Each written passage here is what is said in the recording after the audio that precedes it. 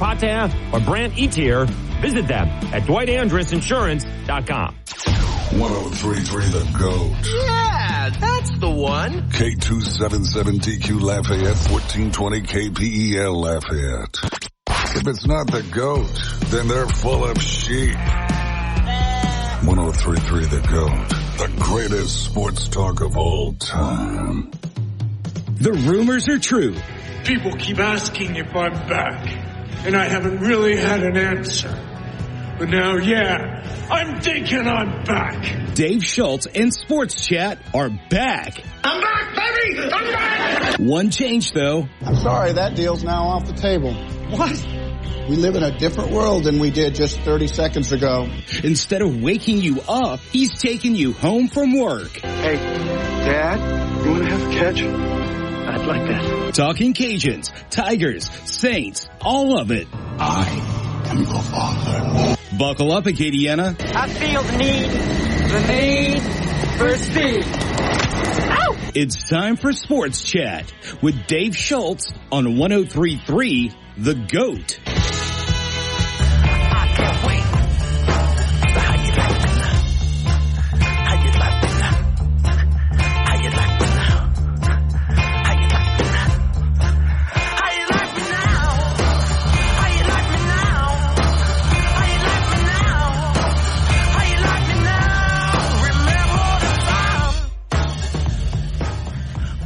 Dave Schultz back at Sunbelt Media Days on a Wednesday afternoon sports chat. 103.3 The GOAT, all brought to you by Dwight Andress Insurance, a division of Hub International, and Lafayette Roofing. We're here with the Sunbelt coordinator of officials, John McDade. He also does the same thing for the SEC. I missed you last week, so I got to ask you, what's up with horns down? Feels like the officials have to make another judgment call instead of just saying, too bad, Texas. You guys have, it feels like you're a little bit more lenient towards the perpetrators, per se. Good morning, Dave. Great to see you again. I don't know that we're more lenient. It's just that we try not to have automatics when it comes to unsportsmanlike conduct. I ask my officials to evaluate actions in the context of what's going on, when it's going on, and evaluate potential unsportsmanlike conduct fouls in one of three buckets. Is it taunting an opponent? Is it making a travesty of the game? Or is it otherwise compromising our ability to manage the game? For taunting, there has to be an in-your-face element to it. So if I have a player that makes a tackle standing over an opponent who is the runner who's now on the ground and makes a signal in his face, that's probably taunting. If the same player scores a touchdown and is celebrating spontaneously with his teammates in the end zone and gives a signal just amongst themselves, probably isn't taunting. In either circumstance, it's not a travesty of the game. The standard for travesty is an act that, outside the context of a football game in a football stadium, does it still offend the senses to someone, right? I don't have that being a travesty of the game. And it's not necessarily compromising our ability to manage the game either. So I'm asking my officials to measure it inside the context of what's happening when it's happening, put it in one of those three buckets. If it meets one of those criteria, yes, then we're going to have an unsportsmanlike conduct foul. It's a little taunting, and someone's going to be offended by it, maybe not the players involved. Basically, the way I'm seeing it is we can't have an Angel Reese situation from the women's basketball championship, although the person that was done to didn't seem to mind. It's part of the game, right? She can talk smack, and I got to be able to take it. So good for Caitlin Clark. But that's basically kind of the level I'm like. We just can't point to ourselves and point to you and kind of follow you around, basically. Yeah, our standards here are, let's take it to the 30,000 foot level. So many times we hear that the fans, the schools want the teams to settle the game on the field. They worked hard in their preseasons. They worked hard that week preparing for the opponent. They don't want the officials to come in and insert themselves in a game and create a critical pivot point that creates advantage, disadvantage between the two teams. So we're looking for an act that is really, no questions asked, taunting, making a travesty of the game, or doing something that's compromising our ability to manage the game. Yeah, just to make the game easier for the officials, one of the most ridiculous rules, I don't think it was in college, but it was in the pros. Well, if that defender jumps up and would have made the catch and landed inbounds, if the defender wasn't there, we got to see if he would have been the case, but if he was pushed out of bounds, we got to figure that all out. So now the referee has to figure out if he caught the ball, if he landed inbounds, would he have landed inbounds if he wasn't pushed out of bounds, and where's the defender supposed to be if he's not, trying to push the guy out of bounds. So anything that can make your guy's job easier, which is really difficult to begin with, I'm all for. Absolutely. That's the old force-out rule that they had in national football. Stupid rule. Yeah, subjectivity is not necessarily the friend of officiating. You do not need that. The field is 55 and a third yards wide. Run the route 54 yards and don't get pushed out of bounds. I'm glad that was changed. All right, so we're here with John McDade on a Wednesday afternoon, Sports Chat, 103.3 The GOAT, Sunbelt Coordinator of Officials. What are the new rules this year? Very simply, there's not really going to be, there's a very minimum set of rules. The big one that people are going to recognize is, like we see in the National Football League, outside the last 2 minutes of each half, we're going to keep the clock running for a first down in bounds. That's the big one. There's also some minor changes of scenarios we don't see a lot of. One of them we don't really see a lot of is if we have a play in which the game clock expires, goes to 0, and there is a foul during that play and the penalty is accepted, we're no longer going to extend first and third quarters for that scenario and have an untimed down. We're just going to flip the field. We're going to go to the next quarter. We're going to mark off the penalty. We're going to go from there. The other scenario, that's not really changing. It's just not an extra play in that quarter. That's correct. Another thing that what still remains at the end of the half or the game. Yeah, sure. Yeah, absolutely. If we have a play where time expires at the end of the half, end of the second quarter, end of the fourth quarter, and we're going to accept a penalty, we're going to have an untimed down. The other scenario you do see, particularly late in the half, the opponent of someone is about to kick a field goal, they'll call a charge timeout if they have any left to ice the kicker. You're now only allowed to call one team timeout per dead ball period. Well, that's a relief. Thank goodness. It seems to be a waste of time. I get it. They do it one time, but, to do it multiple times is not good. We're talking with John McDade, a coordinator of Sunbelt Officials. Where are we with targeting? Are we, with targeting 1 and targeting 2? We want to keep the kids in the ball game and make it, like you said, travesty is not the right word, but in this case, blatant targeting to keep kids in the game and penalize them, maybe kick them out for a quarter, but not kick them out for the whole game. Yeah. There's no changes with targeting, including the penalty. I can report, though, that the occurrences of targeting has gone down for a second straight year, and we have some statistically significant movement. From the 21 to 22 season, from the 20 to 21 season, we had a 38% reduction in targetings per game. And then between 21 and 22, we had a 25% reduction. That's 68% over a 2-year period of time. If you ask me what's the best explanation for that, it's no doubt it's the behaviors changed by the athletes. What we want them to do, they're doing. They're creating that many less circumstances where they put head and neck in a violent collision to prevent potential catastrophic injury. And we see it. The most prevalent thing that we see, or I should say that we don't see, is we have the receiver downfield, pass is overthrown, defender's there. He's not lighting him up like we saw 10 years ago. All right, what is your weekend like? What is your Saturday like as the coordinator of a bunch of different conferences officials? Yeah. Well, I'll start with Friday's my Saturday. Friday is the day I take off and do whatever I need to do with my free time. Saturday, I'm in our video center in Birmingham. I walk in probably at 10 o'clock in the morning Central Time. We're going to have kickoffs at the 12 o'clock Eastern window, obviously within the hour. And I'll be there for 11 and a half to 12 hours, every Saturday, watching live every Sunbelt game that's being played and obviously every, SEC game that's being played. So you personally doing the reviewing of all the ones that are sent back, or how many people do we have doing that? Yeah, I'm not in any replay reviews. I have a number of collaborative replay officials that are in front of me that are working with the replay personnel in the booths at the various stadiums. I do have audio hookups so I can listen to what's going on. I'm there to just observe and primarily have situational awareness. If something's going on in a particular game, I get a call from a commissioner. I get a call from someone that's asking questions. I have situational awareness of what's going on in the games. I got to ask because people are going to wonder, do you have a direct line to Greg Sankey? Because a lot of people believe, boy, that call goes Alabama's way. Commissioner Sankey is typically not in the building because he's out. You see him often on sidelines. He's at the games live. We're talking with John McDade, Sunbelt coordinator of officials. All right, so then what's your Sunday like? Is it a nice quiet day watching the NFL? I don't watch a lot of NFL. I Sunday probably until mid-afternoon. It's just like any Sunday. I just wake up and spend time with the family and take care of things I need to. About mid-afternoon, I head into the office. I start receiving plays from teams to review. I also have notes from every single game I watch the previous day. I have anywhere from 10 to 20 plays that I have marked that I want to go take a look at it for whatever reason. I'll start reviewing those plays. I probably put about an 8-hour day in the office Sunday evenings, getting ready for Monday morning. How many plays would you say are blatantly missed? Because we're all sitting there at home, and it's one thing when we're slowing it down to see if his knee hit. Like, all right, we can understand how they may have gotten that one right or wrong. A lot of times they are right, but a lot of times you're like, well, how did they miss that one? That's obvious, right? His knee was not close to down. He's not being surrounded by 8 offensive or the offensive and defensive line. How many calls per week do you usually get that it's just like, well, we screwed that one up?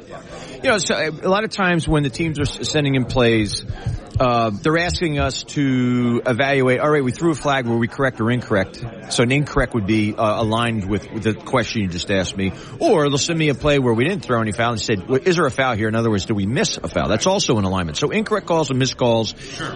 If we have, I'd like to have no more than 2 or 3 in the context of a game that I'm telling a team, we missed these or these were incorrect. I like the ratio to be that we're missing them more than we're incorrect, which is a standard we ask our officials. If our officials see something and they're not 100% sure, we ask them to err on the side of missing the call than getting it incorrect, which is a way of saying, don't insert yourself in the game by putting your flag down. Take the risk that maybe you didn't see it well enough and then it's going to end up being a missed call after we look at it from the 4 or 5 different camera angles in slow motion. Well, I'm a big believer, and let's wrap it up here with John McDade. He's been very generous with his time, Sunbelt coordinator of officials. I'm a big believer if it's pass interference in the first 5 minutes, it's pass interference in the last 5 minutes. I did have an SEC official come on with me weekly, and he's like, when we're calling in the last 5 minutes, it's got to be a call that your grandmother can make from the stands or watching on TV. Does the standard of the call change just for that reason? No, we're looking for the standard to stay across the game. That philosophy has changed over the years. Oh, it has. It has. When I say over the years, I'm talking over the decades. The truth of the matter is, there is much more inspection of our work through video post game than there was in, let's say, the 1990s. And for that matter, we need to be able to put 2 different plays up, one for the first quarter and one for the fourth quarter, and say we use the same standard for a foul for both of them. He's John McDade, coordinator of officials for the Sun Belt Conference and the SEC on a Wednesday afternoon sports chat on 103.3 The GOAT. Thanks very much for hopping on, and best of luck this season. I enjoyed visiting with you. Have a happy season yourself. All right, John McDade coming on. I think they're going to get more lenient with the horns down thing. I think kids will figure it out very quickly that, I walked away from him and I did the horns down after I broke up the pass, right? Yeah. I looked at my sideline when we broke up the pass. If he was 2 feet away from me, but I'm walking away, that's too bad. Interesting about the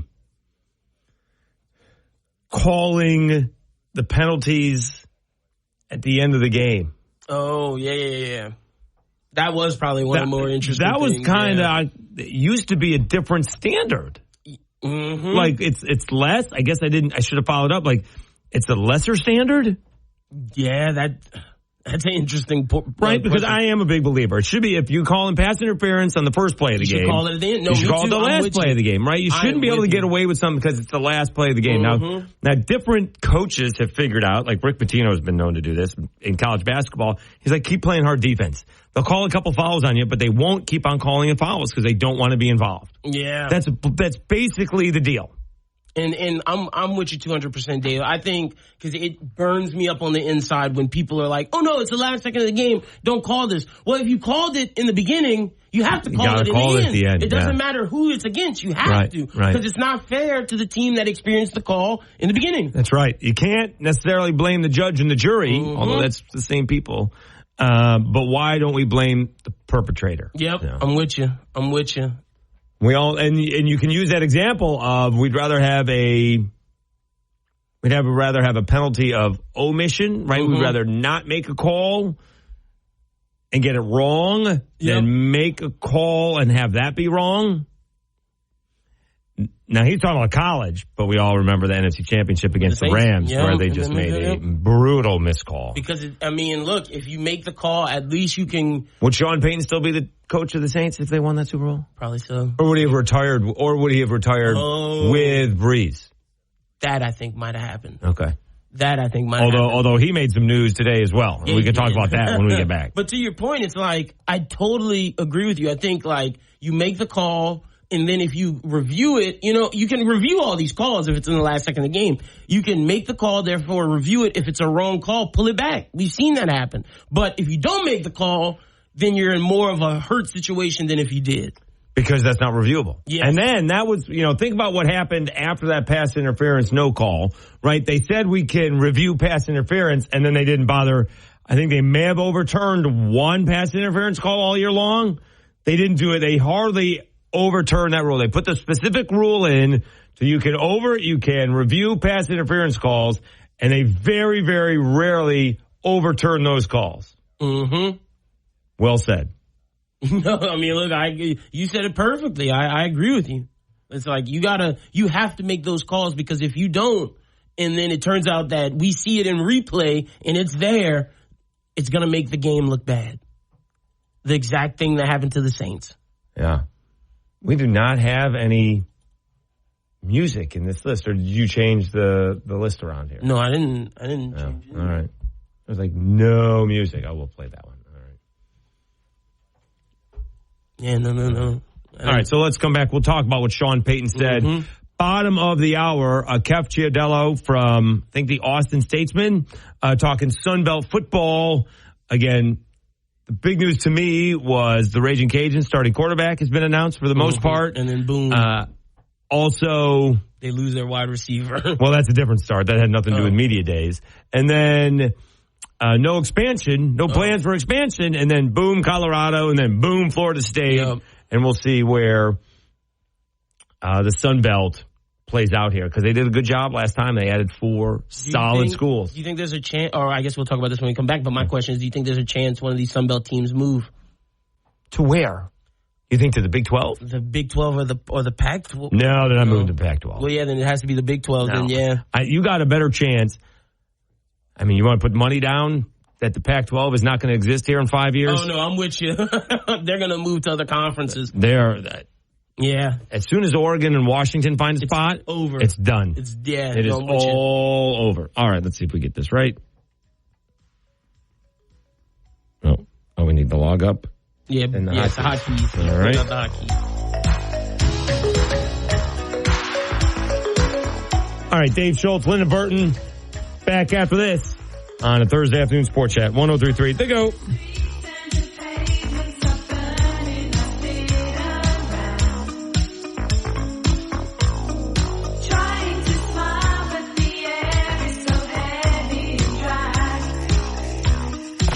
It's a good thing goats have 4 stomachs. Otherwise, there's no way we could swallow some of these takes.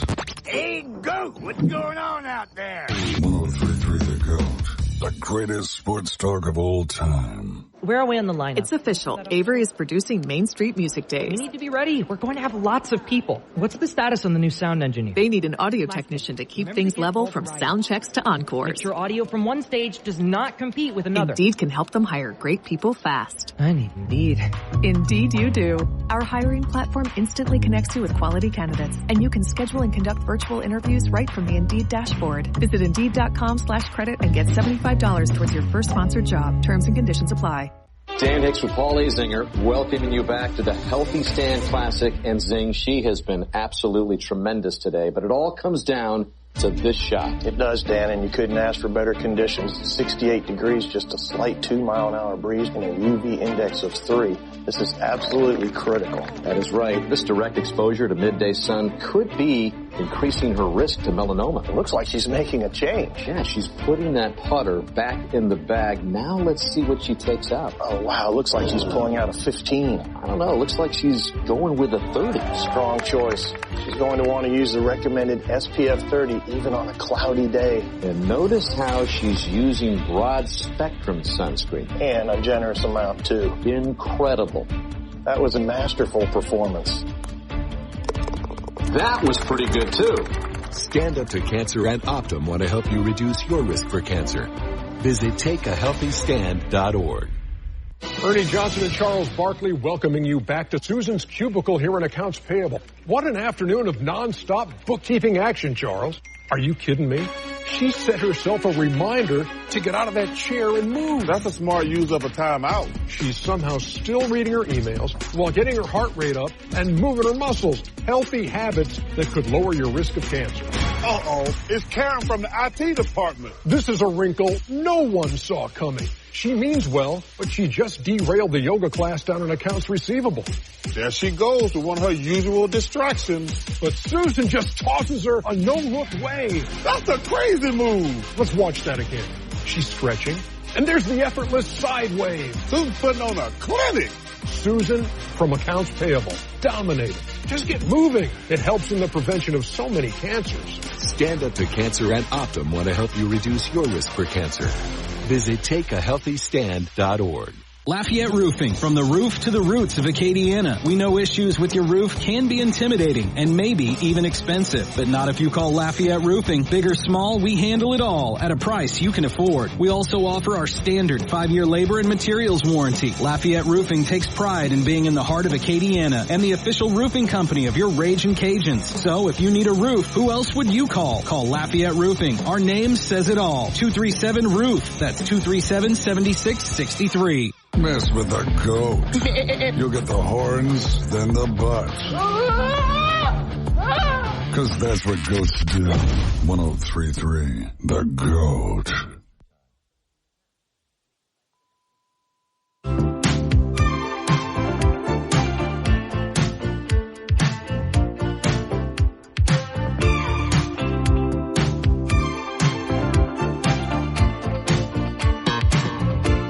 There is no rhyme or reason to the bumper music. I'm just playing what's available. No, I got it. Look, no now you reason. see what I mean. Well, I'm going to fix that problem. All right. I will fix that problem. We want to thank Matt Golston. We got the caller ID. We can take phone calls. Yes, sir. 269-1077. 269-1077. We do have a little news. Why don't you report the news of the day so far? What we've talked about so far? Well, just what's happened. Okay, so Joe Burrow has a calf injury. We don't know the severity of it, but we will update you. And UL's wide receiver has been arrested on a battery charge, Lance Legendre. Yeah, not great, Bob. Not great at all. And I literally a week ago, I remember I was talking about it. I was like, Dave, man, I know you said it's arrest season, but it's been more of the coaches, and boom, today, player arrest. Or Wednesday. Right. So we'll keep you updated if we get any news there. Maybe go to court tomorrow. Yeah. Tomorrow? This Friday, yep. That's what it says. I got to put on long pants? Says his court appearance is scheduled for Friday, so, yeah. All right. Can't have your phone in there, though. Right. I've been there. Oh. All right, so earlier today, actually, I guess it was overnight, Sean Payton came out I'll put and hammered the last regime, Nathaniel Hackett. Yeah. He said, we're doing the opposite. We wrote about it on 103.3 The GOAT. Former New Orleans Saints head coach Sean Payton took over a major rebuilding project when he accepted the top spot with the Denver Broncos this past winter. And while expectations were extremely high for Russell Wilson-led Broncos in 2022, it's not the case in 2023, except by Payton. He told USA Today's Jarrett Bell, I'm going to be pissed off if this is not a playoff team. In addition to his lofty goals for a team coming off a 5-12 record, it should be, Payton unloaded on last year's Broncos coaching staff. They can only beat the blank out of you so much, but everybody's got a little stink on their hands. It's not just Russell. It was a poor offensive line. It may have been one of the worst coaching jobs in the history of the NFL. That's how bad it was. He then took a shot at the Jets. He said that the only winning they're going to have is in the offseason. We're not doing any of that. The Jets did that this year. You watch Hard Knocks, all of it. I can see it coming. Well, I think he was talking more about Nathaniel Hackett? Yeah, he was comparing the Broncos to winning the offseason last year, and now the Jets are trying to win the offseason. To the Jets' defense, they are kind of winning the offseason, and they didn't want to do hard knocks. And then Robert Saleh took the high road. He said, if you ain't got haters, you ain't popping, so hate away. Obviously, we're doing something right if you're going to talk about us when we don't play you until week 5. See you on week 5. I don't think that's the case. I don't think Sean Payton hates the Jets. I think he's doing one of two things. All right? It could be both. He is getting ahead of the curve if this team is bad. Definitely. And blaming it on Nathaniel Hackett. Mm-hmm. And or he wants a lot of credit if they do make they're the plays. good. It might be both, Dave. Could be both. It's probably both to where if they're bad, look, I was given a bad team. I need time to rebuild it. Right. And if they do win, it's like, I had such a bad team. Look how good of a coach I am. That's exactly Stop right. comparing me to Mike McCarthy because I've won Super Bowl. But, that's the thing. Too bad. You've been to one Super Bowl, buddy. Because the noise is getting louder. It is, and rightfully so. So, and then, we all saw Nathaniel Hackett was over his skis. Over his skis when he had all that time and not calling timeout in the opening game against the Seahawks. And then even Peyton said, for a quarterback to have an office so he can watch film, that's not a big deal. But we're not allowing his people in here. Mm-hmm. And then that was the one thing he would not blame the quarterback. One person Peyton won't blame is his quarterback, Russell Wilson. This wasn't his fault, Peyton said of Wilson. That was his parents who allowed it. That's not an incrimination on him, but an incrimination on the head coach, the GM, the president, and everybody else who watched it all happen. Russell Wilson's a 12-year veteran, or was an 11-year veteran. Mm-hmm. Why isn't it on him? I would think it would be on him. But, I guess Peyton's trying to say, no, my quarterback's good. He just was given a bad system. But it was the let Russ cook movement. So if Russ is cooking, he made bad food. Well, that was the problem. They didn't let Russ cook, right? Mm-hmm. He was just bad last year. Yeah, he was. And again, I'm one of those guys who thinks we're going to see how good that Legion of Boom really was. True. Because now you have a good coach too. The longer he goes looking like he does, it's going to be like, well, Russell Wilson was always this great, yada, yada, yada, rolling out of the pocket, winning ball games at the end. He hasn't won diddly. Yep. It makes Richard Sherman look so good. Since that defense was really good. Mm-hmm. All right, let's take a timeout. See if we get this right. We also got more breaking news when we come back. Well, actually, when we come back, we have Kef Giardello. Oh, okay. All right. Although I guess we can... I got too many songs played. There we go. Why is it only playing the last second? No, it's how it starts. Oh, all right. It's not a short song. Oh, yeah, that was just the intro. No, it is just the intro. Okay. All right. Let's take a time out. We'll talk Sunbelt Media Days. We'll talk a little Texas State. We'll preview the Bobcats. New coach, new offense, new everything with Kef Giardello from the Austin Statesman. It's a Thursday afternoon Sports Chat, 103.3 The Go.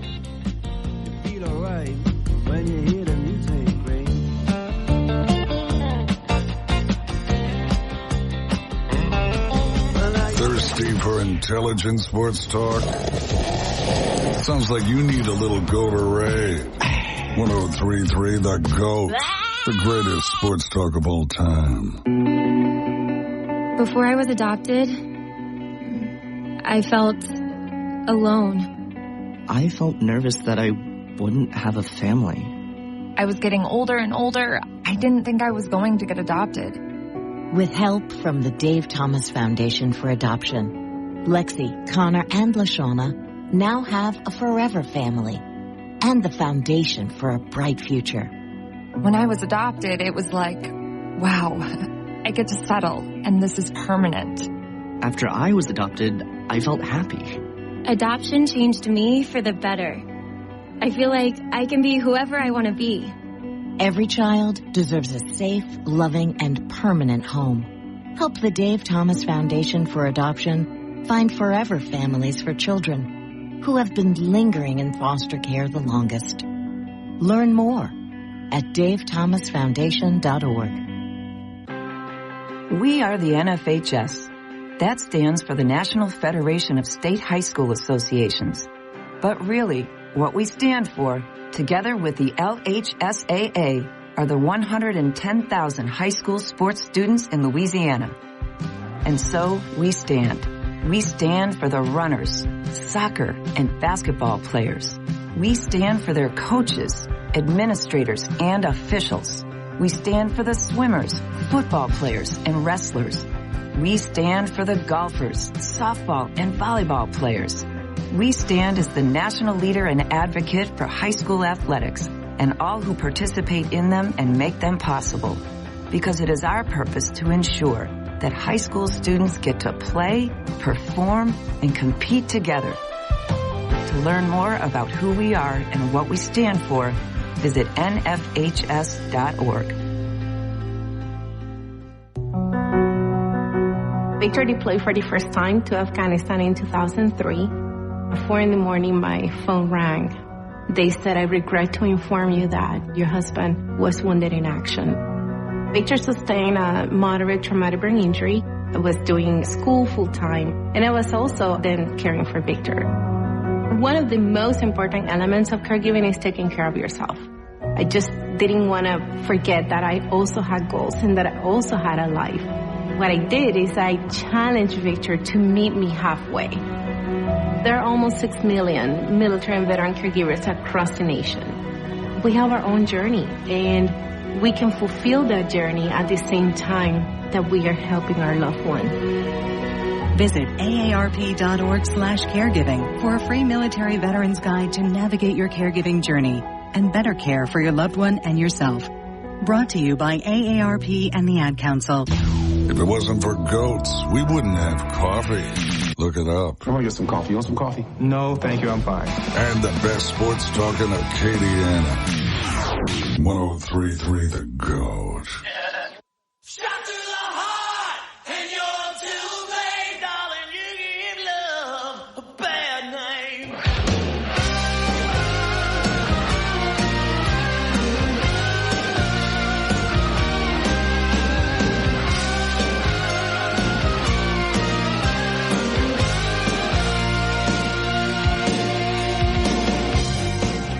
All right, Dave Schultz, Lyndon Burton on a Thursday afternoon sports chat.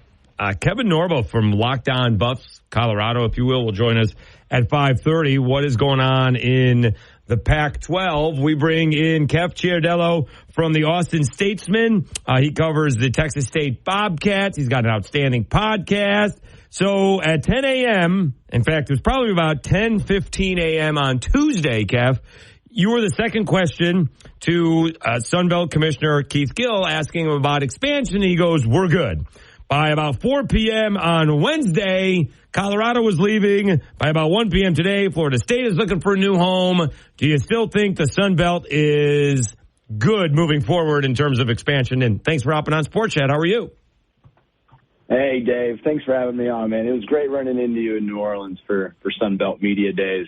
Yeah, it seemed like that was more timely than I anticipated, that question, looking at the landscape of college football. I mean, just the way it's gone the past few years, it's a realignment is happening way faster, way more often than it used to, it seems. And so he said we're good then, but you never know what's going to happen now. And who knows if they want to decide to expand it to even more or what they're looking at, because there are a few areas they could expand out in the Sun Belt a little further, like in the southern area, and reach some other states, or tap into like how Arkansas and Texas State only have one are the only teams in their respective states, could reach out more there. Make it even bigger. Who knows? Who knows what's going to happen, how this is all going to shake out, because it always seems the ripple effect it starts in the P5s and it'll reverberate and reach the G5s eventually, like the Sun Belt. I mean, I think if I had to put money down right now, Kev, I don't think the Pac-12 is around in 5 years. It may not be around in 3 years. I feel like I've heard this before with the Pac-12, and they keep seeming to stay alive like a zombie. They just won't go down. But you may be onto something, and if that happens, I imagine some of those teams dissolving out of that conference would make the Sun Belt a little bigger if they were to end up joining. Well, I mean, as soon as Oregon and or Washington find a home, that's the end of the Pac-12. That's the end of it. Yeah, absolutely. I mean, otherwise the heavy hitters are all gone. I mean, even when they're trying to convince themselves that replacing Colorado with San Diego State or something like that, like that's comparable, and it's not. Colorado's a big loss. I mean, especially when you look at how big it is right now with Dion and everything that's going on there and all the eyes on them, and they've got a passionate fan base that sold out their spring game and everything. So it's a big loss for sure. Cap Giardello from the Austin Statesman. All right, what was your other takeaways from Sunbelt Media Days? Well, it seems I was only there for West. I had to come back to Texas while the East was talking. I wish I was there for that, but from what I was hearing from all the coaches in the West, it seems like they don't take too kindly to the East being kind of the favorite of the two divisions, and they think that the West division itself is a strong division, and it wants to be obviously all of them want to assert themselves, and it'll be interesting to see how it shakes up because the East is really strong top heavy wise, and it seems the West is strong all the way through until you get to the bottom half, which may be Texas State and Arkansas State and ULM, but when you have Louisiana, South Alabama, Troy, Southern Miss, I mean these are pretty good program. Southern Miss hasn't really done too much yet, but they, with Frank Gore and Will Hall getting them right, they've had a pretty good team there. So I'm really intrigued to see the West. What I really liked hearing from everybody is that all of them think that the Sun Belt is the strongest G5 conference, which I is an argument that if you had heard in years past would have been arguable. But I think with the way the AAC has shaken up, it's a reality nowadays, and so I appreciated hearing that. I heard Keith Gill saying that, and you heard it from some other coaches as well. Terry Bowden specifically said the most exciting G5 conference, which I like that one from him. But overall, the vibe of the Sun Belt Conference, it feels strong. It feels like people are really proud of how it's progressed. I mean, if you were talking about this 7 years ago or so, before all the really bringing in like App State and Coastal was the beginning of it, and then you add some other really good heavy hitters like JMU, Old Dominion, Southern Miss, Marshall. Some really good programs are all throughout this conference, and that's we're talking about the Pac-12 dissolving, the AAC not doing so well. But the Sun Belt is strong, and they kept saying it. The Sun Belt is rising, and that's the way it seems. That they're thinking expansion. They're not thinking dissolving like other conferences. And so it was good signs for the Sun Belt. The team I cover has had a lot of trouble in the Sun Belt Conference, so we'll see how they do with the new coach G.J. Kinney for the Texas State Bobcats. But it's been all around for the entire conference. It's been a success. He's Cap Giardello from the Austin Statesman, covers the Texas State Bobcats, also has a podcast, Win Now or Get Bent. How excited are the Bobcats to bring in G.J. Kinney and his high-powered offense? Very excited. This is the most passionate I've seen these fans in a while. I would say since 2014 when this team was really humming and they had a winning record. That was their last winning record was 2014. It feels everybody saw what G.J. Kinney did at Incarnate Word, because that's where he was last year. It's not too far from Texas State and San Antonio. Had the number one offense in the nation with 50 some odd points per game. They were putting up lighting up the scoreboard, as G.J. Kinney likes to say. And people are anticipating him bringing that here. And as soon as he gets here, he got here in December, and he was able to put together a 50-plus member class for 2023. Bring over two SEC quarterbacks and Malik Hornsby from Arkansas, TJ Finley from Auburn. And it's got everybody excited looking at this. There's a lot of unknowns, obviously, with 50 new players. That's 50 guys that they haven't seen in maroon and gold. So who knows how it'll shake up when things are here. But right now, right before on the eve of fall camp, it seems everyone is very, very excited around Texas State. All right, so just like a lot of other places, who is going to be the starting quarterback? Are they going with the kid Malik Hornsby or TJ Finley, via Auburn and LSU? I mean, initially, right now, at this time, I'm leaning TJ Finley. I don't know anything for certain. I don't have any inside knowledge on who they're going for at quarterback. But just me reading the tea leaves, we watched them all spring practice, and they bring in Malik Hornsby, a speedster from Arkansas, more a dual threat. TJ Finley is 6'7". He's more in the pocket, a traditional passer, if you will. But TJ wasn't here in the spring, just Malik, and Malik was getting most of the reps with the first team unit. And he had some moments where he made some plays, and he had some moments where he made mistakes. There weren't a lot of turnovers or interceptions or anything like that. But there wasn't a ton of confidence in him running this new offense, this fast-paced offense that G.J. Kinney and Mac Leftwich, the offense coordinator, run. And it seemed like immediately after spring practice ended, they hit the recruiting trail trying to find another quarterback, another transfer quarterback. TJ Finley, LSU, started LSU, transferred to Auburn, and they bring him in. And that signaled to me, because they had a full quarterback room at the time. They had 4 or 5 quarterbacks at the time. And for spring practice to end and them say, you know what, we need to go get another one, that tells me that they're leaning towards a guy that they want to take over as a starter. But that could also be bring him in to just shore up the entire lineup and bring 2 quarterbacks that are yours in case you never know something happens to Malik Hornsby. And then TJ Finley would come in. Maybe there's some sort of packages where one of them is going to be the Taysom Hill. Who knows what they're really thinking? That's just my initial opinion, my speculation. I'm leaning TJ Finley, but a lot could happen between now and September. Cafetier Dello from the Austin Statesman covering the Texas State Bobcats on a Thursday afternoon Sports Chat, 103.3 The Goat. All right, what's the count up in terms of transfers? The last time I looked, it was 37 transfers, 14 freshmen, 51. I think you had it at like 52 new players, and I think even Coach Kinney told me it could be a couple of more. Yeah, it's 37 to 39 transfers, depending on whenever they make some of these other announcements official. Some other names that I don't know yet that are new ones, but they're well into the 30s. This is a very transfer-heavy class.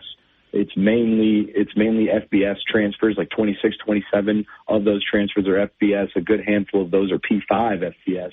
But they've also got some FCS guys and some JUCO transfers as well.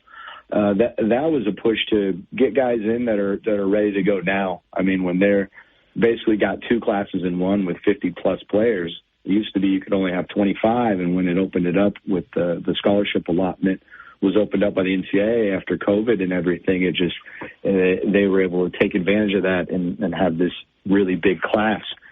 And so that this year they're looking for guys that can play right now.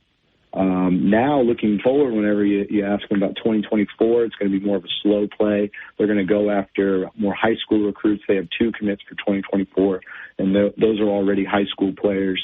And they have the whole Take Back Texas initiative, hashtag Take Back Texas. It's what they like to use in all their tweets, where they are really focusing on players that are from the state of Texas, even when they are transfers. If they go transfer out of state or to another school, their pitch, a big pitch to them is, hey, why don't you come back to Texas? So that was their focus a lot with that class, and it's transfer heavy, like I was saying, but a lot of that is they want to play guys right away. What are the expectations for Texas State? They were picked 5th in the preseason poll, ahead of Arkansas State and ahead of ULM. Could they make a bowl game in year one? It's going to be tricky because their strength of schedule is 29th out of all 133 FBS teams. Wow. So it's a pretty tough schedule for them. The non-conference, they have Baylor and UTSA. Those are going to be 2 really tough opponents, but they also have Jackson State and they have Nevada. They lost to Nevada last year, but Incarnate Word beat Nevada and they were coached by G.J. Kinney. So that gives me a little bit of hope there. Maybe they can get a couple wins in non-conference. And once they get to conference play, you just named ULM and Arkansas State. They play those 2 teams. They would be favored over them, but they're going to have to upset a couple other teams. They're going to have to upset the Ragin Cajuns or the Coastal Carolina Chanticleers or Southern Miss or Troy or South Alabama. It's a tough schedule for them. They have a bit of a gauntlet once it gets to conference play. But if they can win the games that they should be favored to win, and then get a couple more upsets, and they can get to that 6th win. That's really been a monkey on this program's back for the last 10 years. Wow, it's been over a decade now. Yeah, it's been a long time. The Bobcats have been FBS, no bowl game. They did take down App State, but that was at home last year. Yeah, that was a big one. Yeah, that was at home. They don't have App State on the schedule this season, but that was one of the biggest wins for this program, for sure. It's a team that has had Texas State's number in football the last few years, ever since they've come into the Sun Belt. They've had a lot of teams' number, honestly, in the Sun Belt. They've been a pretty good program, so it was nice for Texas State to get that win. There's a lot of talk about where you're at right there in Lafayette. The Ragin Cajuns, that's another team that the Bobcats haven't beaten, and that's another one that's on their mind a little bit that would be a nice hump to get over. All right, what are you writing about, and what is coming up on your podcast, Win Now or Get Bent? Well, I actually just released a bunch of Sunbelt media content, got some exclusives with G.J. Kinney, head coach, Nash Jones at left tackle, and Torrey Spears at safety. Got a lot going on there. Our YouTube channel, Win Now or Get Bent. You can find us on Twitter there, Apple, Spotify, all that good stuff. And, once fall camp starts getting off, they're starting August 1st. Once that going, I'm going to be writing a lot for the State's, been covering a lot of fall camp, specifically this quarterback controversy. Who are the Bobcats going to play under center? No guarantees it's TJ Finley. That's just where I'm feeling right now. But, yeah, thanks, Dave. I appreciate you. Hey, Kev, I appreciate your time. Thanks so much for hopping on. He's Kev Giardello from the Austin Statesman and Win or Get Bent with the podcast. We'll have you on the Locked On Sunbelt podcast when you get a chance this or next month, okay? Awesome. I'll have to bring you on mine as well. Talk some Ragin Cajuns. It's about freaking time. It's about time. Thanks. Were you waiting on that? I'm sorry. Absolutely. Where's the love? All right, man. I'm kidding. Whenever you need me. All right. I appreciate it, Kev. I got you. Thank you, brother. Appreciate you, Dave. Talk to you soon. All right. Be good. All right. Obviously, just kidding there. But he's been on. He's got a very popular podcast over there, and we'll see what they can do. They've been doing that a lot. New coach, transfer portal. Doesn't work out. Doesn't seem like the team that I'm never really worried about Texas State. Well, that's the thing. They keep on doing the same thing over and over again. I don't know about being worried about Texas State this year. But next year? But maybe next year. Look, when it comes to the Sun Belt, it's the Cajuns, South Alabama. Yeah, but 2 years ago it wasn't South Alabama. True. True, COVID year, right? Fair. That's fair. But in terms of this year, JMU, South Alabama, Troy, Cajuns, Southern Miss. Those are the 5. We got App State. Yeah. I'm thinking of just one. Yeah, you got Marshall. Okay.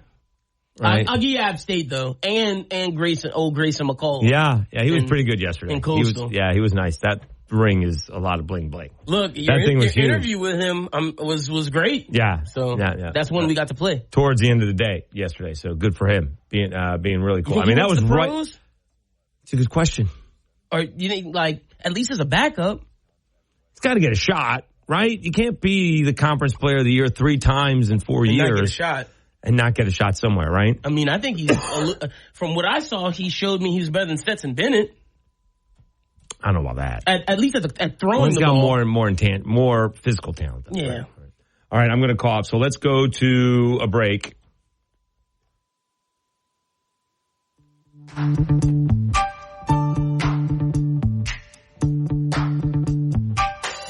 right, let me go get a drink. We'll be back. After this, we'll put a bow on it. Bottom of the next hour, we'll talk Colorado. Apparently, they're back in the Big 12. Unreal. Dave Schultz, Lynn Burton, 103.3 to go.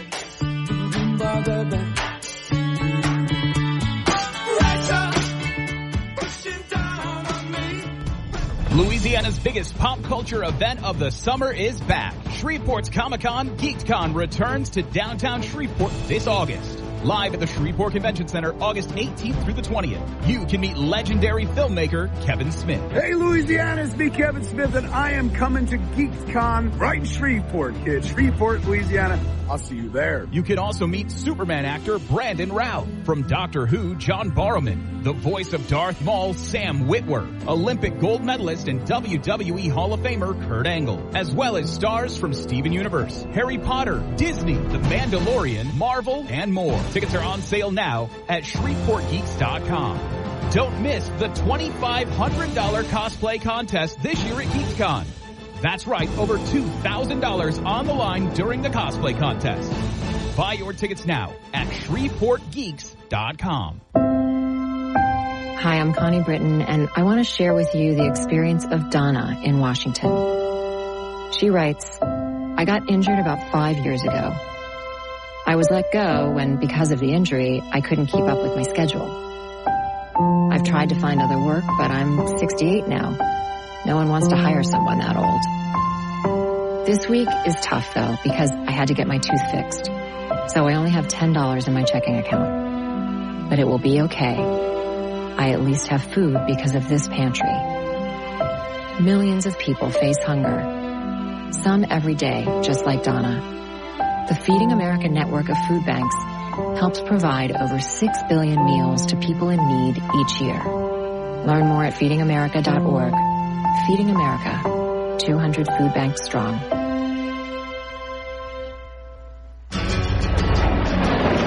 The mission of Paralyzed Veterans of America is clear. Accessibility. Veterans who have served and sacrificed the best of themselves deserve access to the best our country has to offer. Access to meaningful employment. Access to the veterans' benefits they've earned. Accessible homes and vehicles. And access to every part of their communities. With PVA staff working inside VA hospitals, no other veterans organization has provided more real-time, ongoing support for paralyzed veterans and their families. PVA is proud to serve veterans across all branches, all generations, and all conflicts. Our nation's heroes fought for your independence. Join PVA in fighting for theirs at PVA.org. I'm Shanola Hampton. I support the Feeding America network of food banks because they help provide over 6 billion meals to people in need each year. Learn more at feedingamerica.org. Thirsty for intelligent sports talk? Sounds like you need a little Gatorade. 103.3 The GOAT, the greatest sports talk of all time.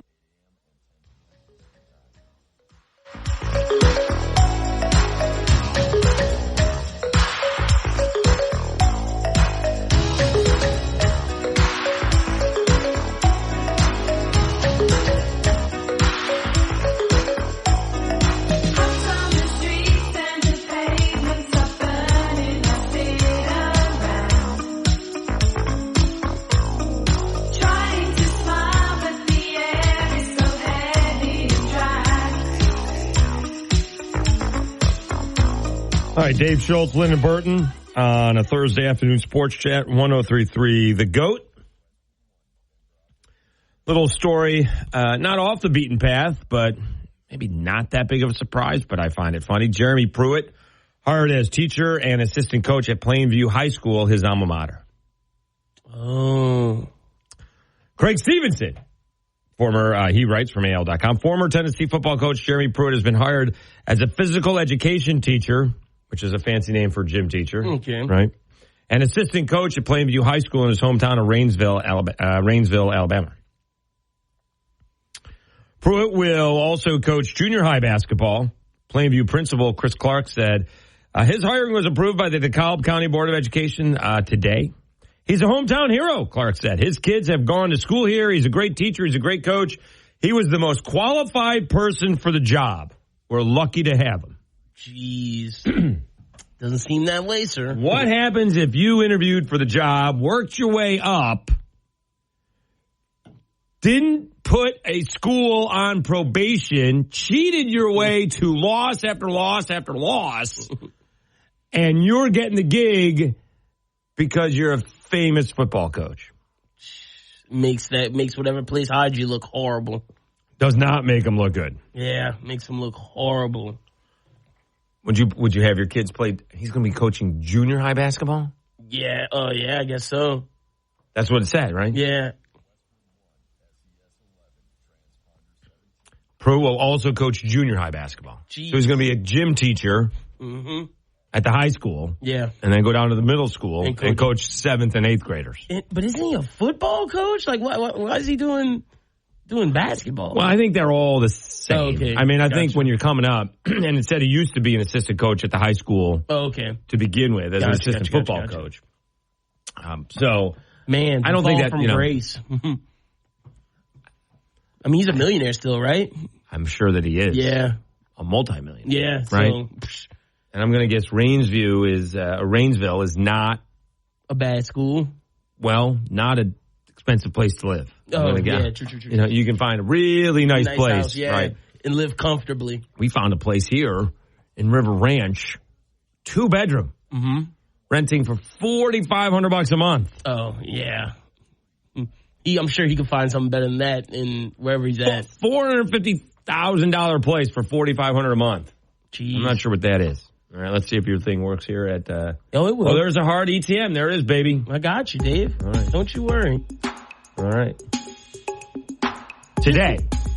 No, but look. What about tomorrow? I'm going to have you for tomorrow as All well. right. I've been having you for 6 weeks. Don't worry. You have. It's true. Don't worry. And I'm going to have you after Friday, too. So. All right, we will reset. When we come back, tons of news going on in the sports world. Some Ohtani stuff, too. Yeah, the Angels doing the 180, right? How about that? And my Phillies looking good. Bottom of the hour, we'll talk with Kevin Norma about the Buffaloes going to the Big 12. Back after this. Dave Schultz, Lyndon Burton, 103.3 to go.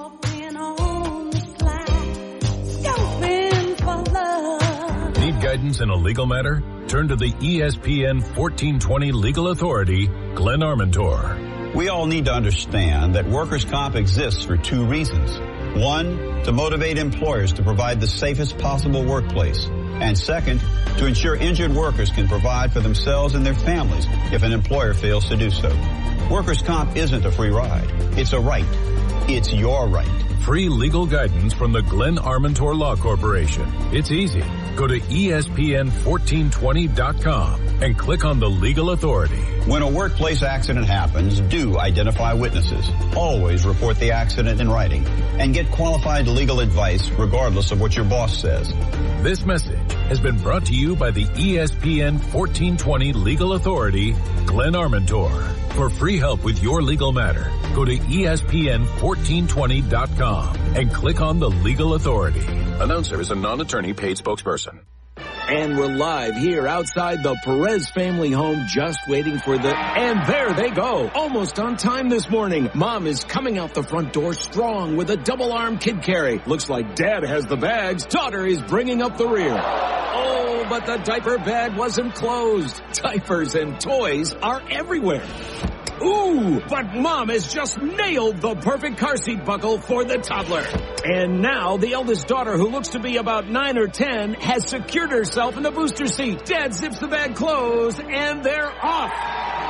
But looks like Mom doesn't realize her coffee cup is still on the roof of the car. And there it goes. Oh, that's a shame. That mug was a fan favorite. Don't sweat the small stuff. Just nail the big stuff. Like making sure your kids are buckled correctly in the right seat for their age and size. Learn more at nhtsa.gov/the right seat. Visit nhtsa.gov/the right seat. Brought to you by NHTSA and the Ad Council. My son Finn was born with congenital heart disease, causing him to spend the first 8 months of his life in the hospital. During that time, he endured 10 surgeries, including an open heart surgery. Starlight Children's Foundation has played an important role in my family's life. For 5 weeks when he was a baby, Finn lived in a Starlight Hero wagon. You could not understand the pure joy of having him go from a hospital bed into his favorite red wagon, especially when he was so little. The support that Starlight provides to families like mine is an integral part of creating happiness at a time when there's very little to be found. Learn more about how the Starlight Children's Foundation brightens the lives of sick kids by visiting starlight.org today. In the jungle, the mighty jungle, the sheep sleep tonight. It just isn't the same without the lion. Join the San Diego Zoo Wildlife Alliance today. Visit sdzwa.org. 1033 The Goat. Yeah, that's the one. K277TQ Lafayette, 1420 KPEL Lafayette. Mess with the goat.